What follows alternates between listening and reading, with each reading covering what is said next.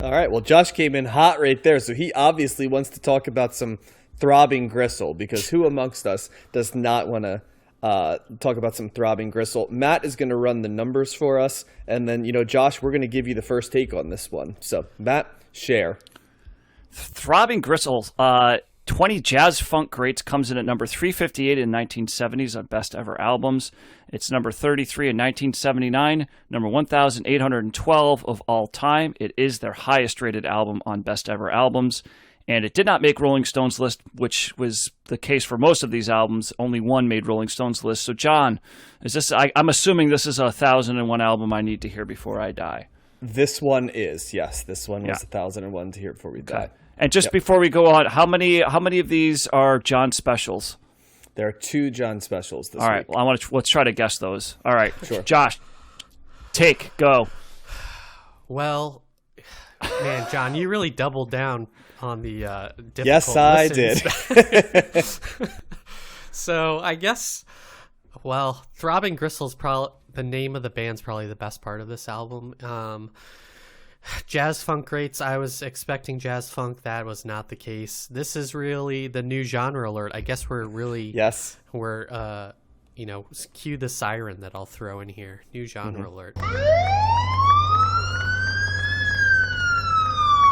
But I guess this is industrial. I guess it would be defined as that. It is the most like we mentioned Nine Inch Nails the other week. This would definitely fall into the album that's probably something Trent Reznor really liked and is most akin to Nine Inch Nails.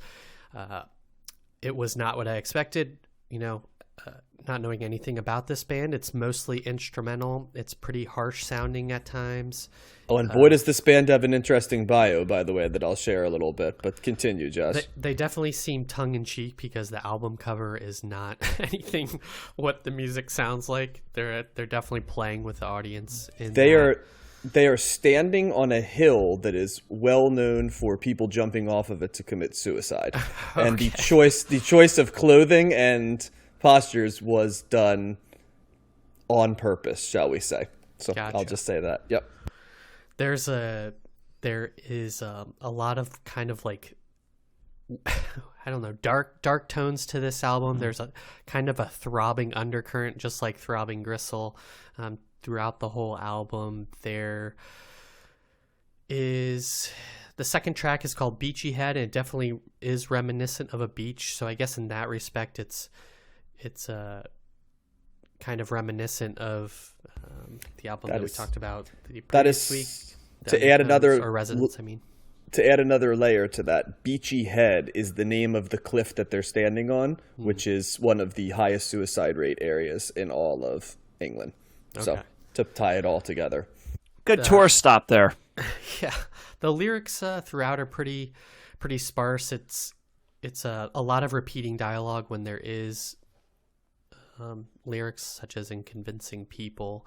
They throw some synth in. I guess maybe my favorite song on the album's Hot on the Heels of Love. That I guess probably is the most traditional sounding song if I had to classify it, which is probably why I liked it. This was a tough listen overall. I feel like the Residents and the pop group are still kind of more extreme than this. This is more musical in some sense. I was able to listen to the entire album all the way through, but it did kind of, I don't know. I have no experience with industrial music. As I mentioned the other week, I'm not too familiar with Nine Inch Nails. So this is kind of an album that really became background music for me at one point, even though I was kind of solely focused on it. There wasn't a lot to grasp onto, and can't say I enjoyed it. It was definitely different, but I don't know. I'm grasping at straws here. What did you guys think about this one? Matt, you're next, I believe, in the order. Okay. So I, like you, I think I kind of equated this a little bit to the Residents album, because this, to me, was a little bit more of a soundscape where there wasn't, there were parts of this where there really wasn't music going on. It was kind of just like, sounds and noises and some experimentation. But I thought that this was a little bit more grounded in actual music, because I think that there were parts that were music, like Josh said. Yes. Hot on Heels of Love is kind of like a new wavy synth. It's definitely more of a traditional sounding song, and that's one of maybe a couple of songs on here that maybe along with that, and Walkabout, that kind of have like maybe more of a Kraftwerk type feel to what they're doing. So I think that there was some more traditional music structures here, whereas the Residents, there was zero of that as far as I was concerned. So I mean, I wouldn't say that this was challenging, because it's not like it was abrasive overall. I thought that, there were definitely some interesting parts. Industrial is not a word that it was more electronic to me, but I guess I don't really know the specific differences there. I think maybe industrial is being a little bit heavier, because a Nine Inch Nails like electronic sound is like a heavier kind of sound than, maybe like a Radiohead electronic sound, which is kind of what I was getting a little bit more of here. Kind of like that song Still Walking. It's the third track on here, and it's got this percussion beat, this repetitive of like percussion that reminded me of Radiohead's Pull Doors from Amnesiac. So I don't know. It's kind of interesting if we start delving into terminology, the differences between certain terms that are used, I don't know, synonymously, I guess. Do you think Tom York likes this album?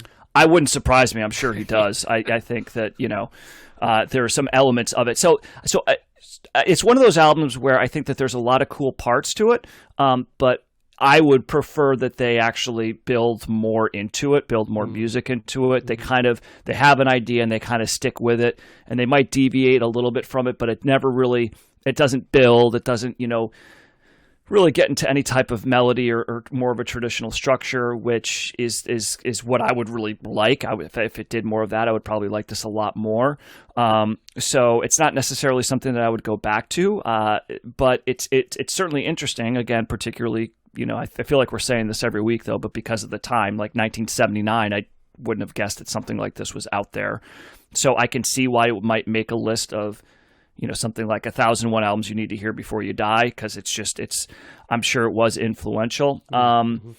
And so I think it's going to have to stay in that lane for me. It's like it's maybe a seminal, influential record, but it wouldn't be something that I would want to listen to on repeat or anything like that. So, but I wouldn't say that it was hard to listen to. It's kind of I agree, Josh. It was kind of more of a background type thing, which I guess is fine. But there's other music that's background music that I would rather have than this. So yeah, I guess if you were classifying it as electronic, then maybe it would fall into like the ambient category. That's kind of I mean, it was more that than another album we're going to talk about later, This Heat. That was kind of more aggressive compared to this, I think. Correct. Yeah. What about you, John?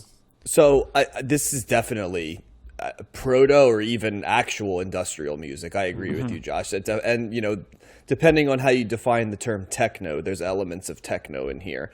I think the things that I think it really borrows from industrial music is sort of the ominous and sinister, both lyrical content and sounds at different times. That's the synthy sounds with some pop grounding. Where I'll disagree with you guys is I actually, outside of the fact that this doesn't come from an easy linear lane, I actually don't think this reminds me of the Residents quite a bit at all. This reminds me a lot more of industrial music that's going to come later if we want to look to the future, and things like Mothers of Invention and stuff before it, because there's a lot of tape tricks that are being done on this too, like speeding up stuff and distortion, but less from the instruments and more from how they're recording. And so that stood out to me on a lot of tracks. Without being very familiar with the band's history, I think when I was listening to the lyrics and sort of a lot of different things, I could kind of figure out that there was also an art rock sort of a brand, I think. When you name your album 20 Jazz Funk Greats Review and you don't have anywhere near 20 songs and nothing sounds like jazz and funk, it's kind of, you realize, okay, they obviously either have a sense of humor or they're going for something There are ominous. I don't know how much you guys paid attention to the lyrics, but there's like I said, there's a song called "Beachy Head," which, if you read that title, right, you could, it sounds like a beachscape, but the beachscape is about this very ominous beach. It also is a double entendre. So, but there's nothing sexy about the song, I'd say. Yeah. It's more sort of like, I would describe it as sort of a soundscape where you're at the beach, but it's not a pleasant day at the beach. It's either, best case scenario, it's like gonna rain at the beach. Worst case scenario, something bad happened at the beach. Yeah. It's like what happened at Redondo Beach in the Patti Smith album. Yeah. Like that's the sound that goes into that. Well, that song "Persuasion" is super dark. I mean, well, it's about rape. Yeah. I mean, and it comes literally hot on the heels of love. You know what I mean? Yeah. Which I'm sure was chosen on purpose, because "Hot on the Heels of Love" is about one thing, and then the next song, "Persuasion," is legitimately about rape. I mean, then there's sort of there's the whispers in a lot of the songs too, which I think give a real ominous feeling. It kind of like creeps up on you. I think it's designed to be uncomfortable in the way that industrial music is a lot of times too, right? It's designed to sort of make you uneasy. You guys kept mentioning, I mean, I feel like we've become, I'm not going to say lazy, but we've kind of said industrial, like Nine Inch Nails is it, but there's tons of industrial groups. And, we could just as easily talk about things like Prodigy, right? That like or Rammstein, if we want to go like 90s stuff. And then obviously in the 80s, some of the stuff that has industrial feels and stuff like New Order and stuff like that, the synthy stuff, but also with the dark stuff, Depeche Mode with sort of the sadomasochism at times in their lyrics and stuff. All of that is kind of, circling on the realm of this as well, But then I kind of looked up their deal, and they started as like almost a performing, like a confrontational performing arts group, which makes a lot of sense. In terms of what it is. I mean, they had a gimmick that they would do a punch clock, and they would play for exactly 60 minutes, and then they cut the power to the stage. They had art exhibits that were kind of like shock you art.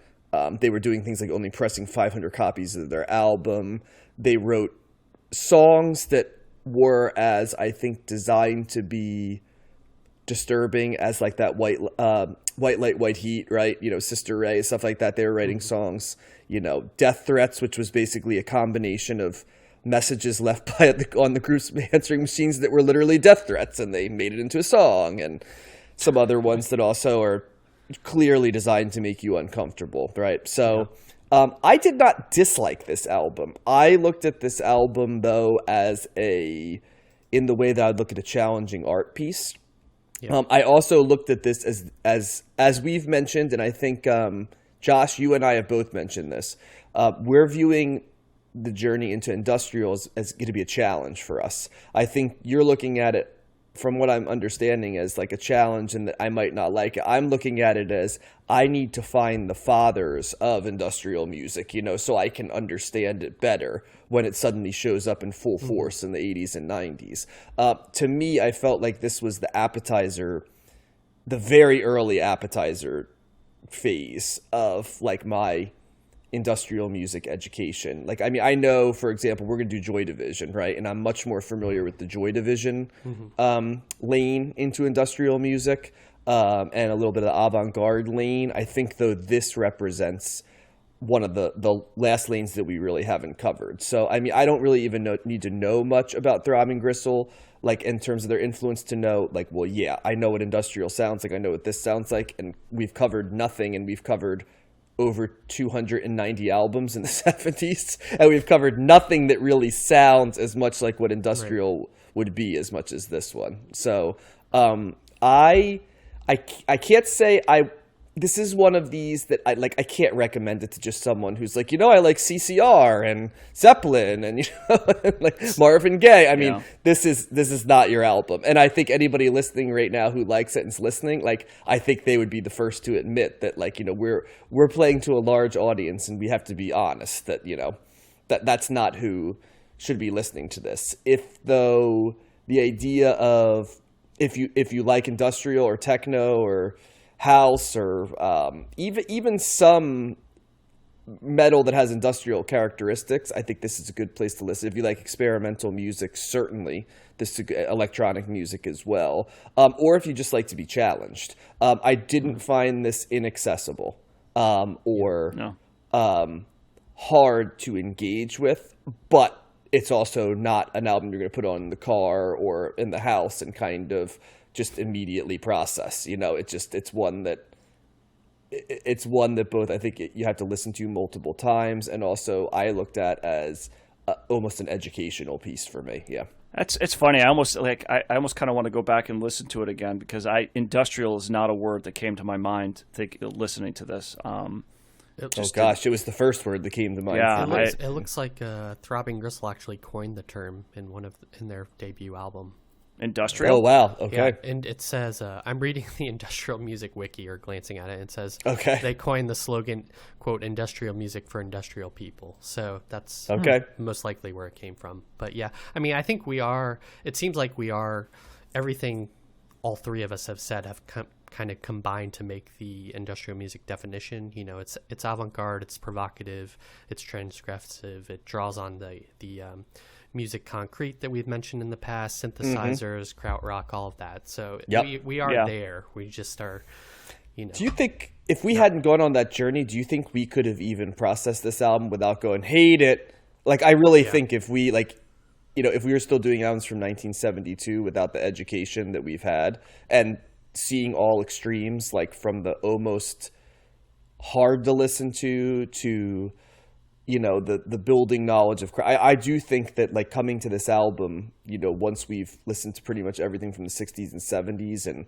listened to Faust and multiple Zappa and Mothers and stuff like The Residents, that Captain Beefheart, there's a lot of different stuff that's prepared us for a moment. Pop group, a couple weeks ago. Right. No, I agree. I think everything we've listened to has laid the foundation for me just right away, saying, okay, what is this come from, or what can I draw on in the album that we've heard before? So yeah, for sure. But yeah, and musical hallmarks, I would say here, the whispering vocals and the ominous tone, definitely synths are all over this album. There's horns on this album too at different times. I'm not sure what horn I was listening to, but there's horns. Maybe like a cornet, maybe. I heard like some bells or chimes or something too in that one song, but I couldn't figure out what it was. Yeah, and there's some screaming too. There's some there's screaming, squishing screams in the background as well.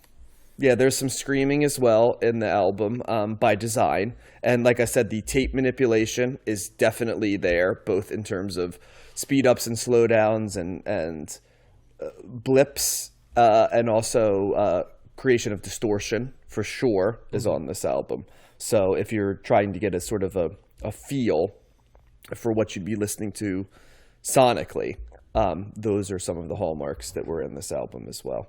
I agree, though. I think in general, I think I'd mark this down to would recommend to the adventurous or those that want to kind of explore the roots of what we're calling industrial or electronic music, but for those that like their music more in the traditional Western canon of sounds and melody and rhythm, this is not going to be the album for you.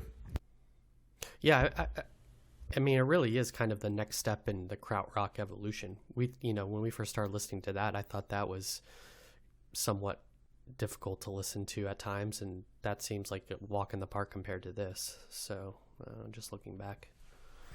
For sure. Any final comments? And I just think that, like, this is good for bits and pieces here and there.